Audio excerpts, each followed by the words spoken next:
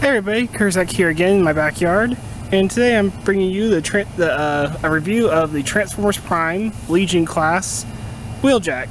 I don't remember if this one's Cyberverse or not. I know for later lines they use that, but you know, confusing naming. You know, if you really want to talk about confusing naming, I mean, Transformers Prime. We had Transformers Prime, which is already kind of hard to find because Prime is obviously Optimus Prime, Sentinel Prime, etc., even Zeta Prime, stuff like that.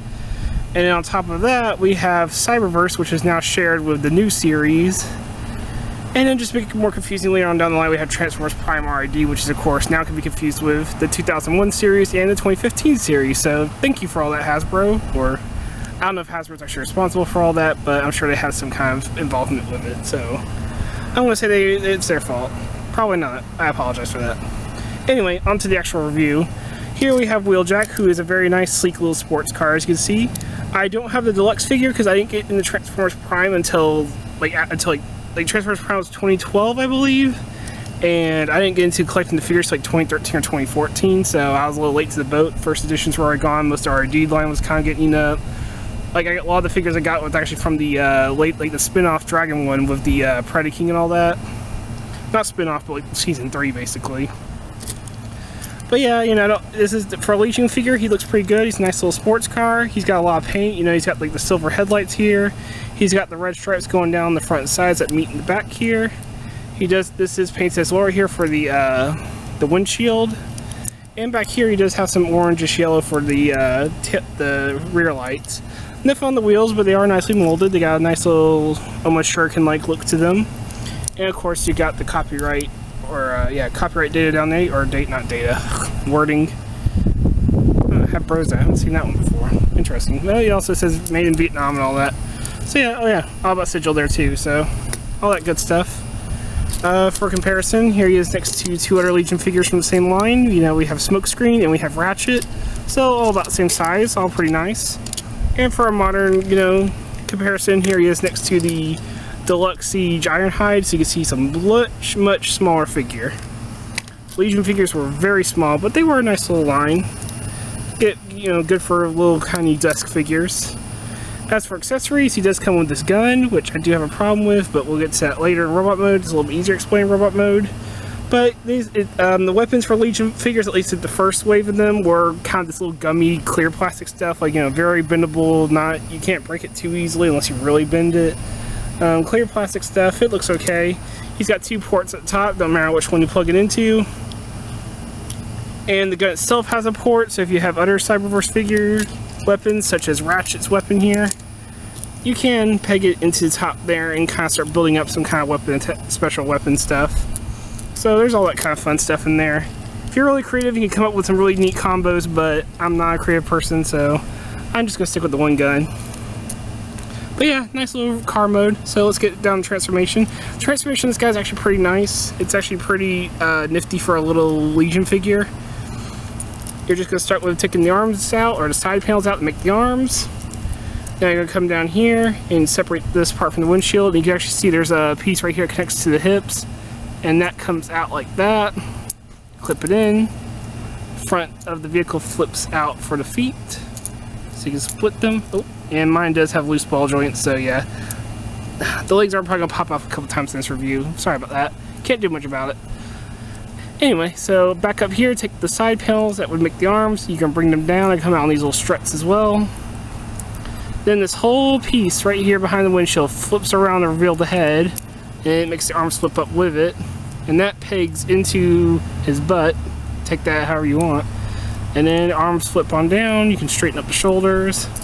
And there you have your little Wheeljack from Transformers Prime in robot mode. Little tiny robot.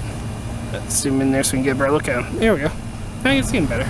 Alright, now we got Wheeljack in robot mode. You can see he's pretty cool. He's actually pretty accurate. These little Legion figures, one of these things is that they are not super accurate, but they are fairly accurate for their size. I mean, if you go back and look at the Legends figures from the first movie, yeah, those didn't look too good, both in accuracy-wise and just general robot-wise. And these little figures, while they aren't 100% accurate, they are very nice looking. They are fairly accurate to the show and will do you pretty good if you can't find the better Deluxes and Voyagers. So I'm going to zoom in on that little head there, if we can get this to focus. Focus. Probably won't get the focus. Oh, I got focused a little bit. There we go. You can see his head's actually painted pretty nicely. It's actually 2 different shades of gray. There's a darker gray for the helmet and a lighter gray for the face mask. So, you know, he's all ready to deal with the world today. And there is a little bit of blue for the eyes, just a little bit there. And honestly, the face is the only new sculpting and paint you can see. There are the arms underneath there, and they actually are sculpted underneath the side panel of the door, but they are just kind of the door with hands sticking out. And same with the legs, nothing special there, but you know, it's all there. He handles his kibble pretty good. He doesn't have any large chunks sticking off. So that's all pretty nice. Let's zoom back out again. Now we're done looking at the head. And get a size comparison in there. Oh, one size comparison just fell down, but here he is with Ratchet. You know, about the same size there. Let me grab for your modern comparison. Here's Ironhide. You can see they barely come up the Ironhide, so just a little bit past the kneecap there, just barely. So yeah, still pretty small figures, much smaller than even the current Legends line that we have. But you know, pretty good looking figure here. Articulation wise, there is nothing at the head. The arms or shoulders, I should say, are ball jointed, so go full 360 and they can go out that far. How the ball joint shape gets in the way, they can actually go inward further and they can go outward. So the legs are ball jointed, so forward and back, but it does hit against the back kibble there, so you can only do certain poses. They do go outward though, and they can do a nice little split. And he does have knee joints. Just single hinge, no swivel or anything, but you can swivel a little bit thanks to the ball joint. And he does have ankles if you want to count the transformation joint there. And you can get a little bit of a running pose, maybe a stepping pose. Isn't going to look too great, but you know, you can get something going if you really work with it. So that's not too bad. What is kind of bad is his weapon. It's a gun, the same dual blasters before. He can hold it.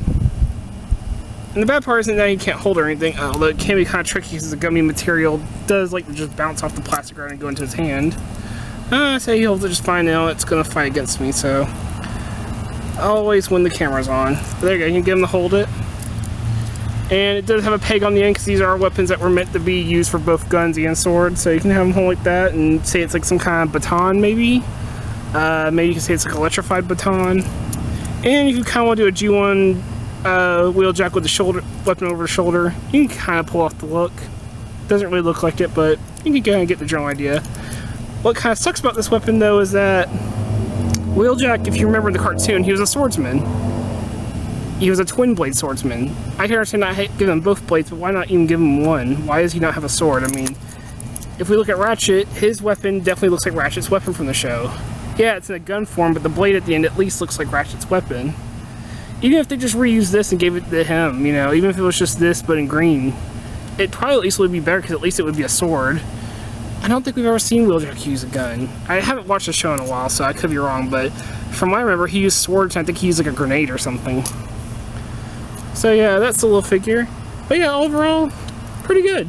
Pretty good little figure. My only complaint was the weapon, and that's more of a aesthetic thing because I want him to look kind of like the show. But the weapon itself works fine. It fits in his hand, it fits on his back. He can shoot everywhere he needs to go. I'm trying not to copy him good there. I almost had to shoot pew pew bang bang. And try not to copy too much here. The only other thing I can really see as a complaint is maybe there's not a lot of paint in robot mode. A lot of it's leftover paint from the vehicle mode, but the paint that's from the vehicle mode covers a good amount of the body, so they reuse parts pretty well, I'd say. So yeah, I think he's a really good little Legion figure. For a little Legion figure who was $5 back in the day, I think he's pretty good. He's a lot more expensive now. He's about $15, I think, maybe more like $12. So not too pricey, but you are going to have to pay a little bit more for him. Anyway, this has been Kerzac. I hope you enjoyed this review, and hope you all have a good day. Take care.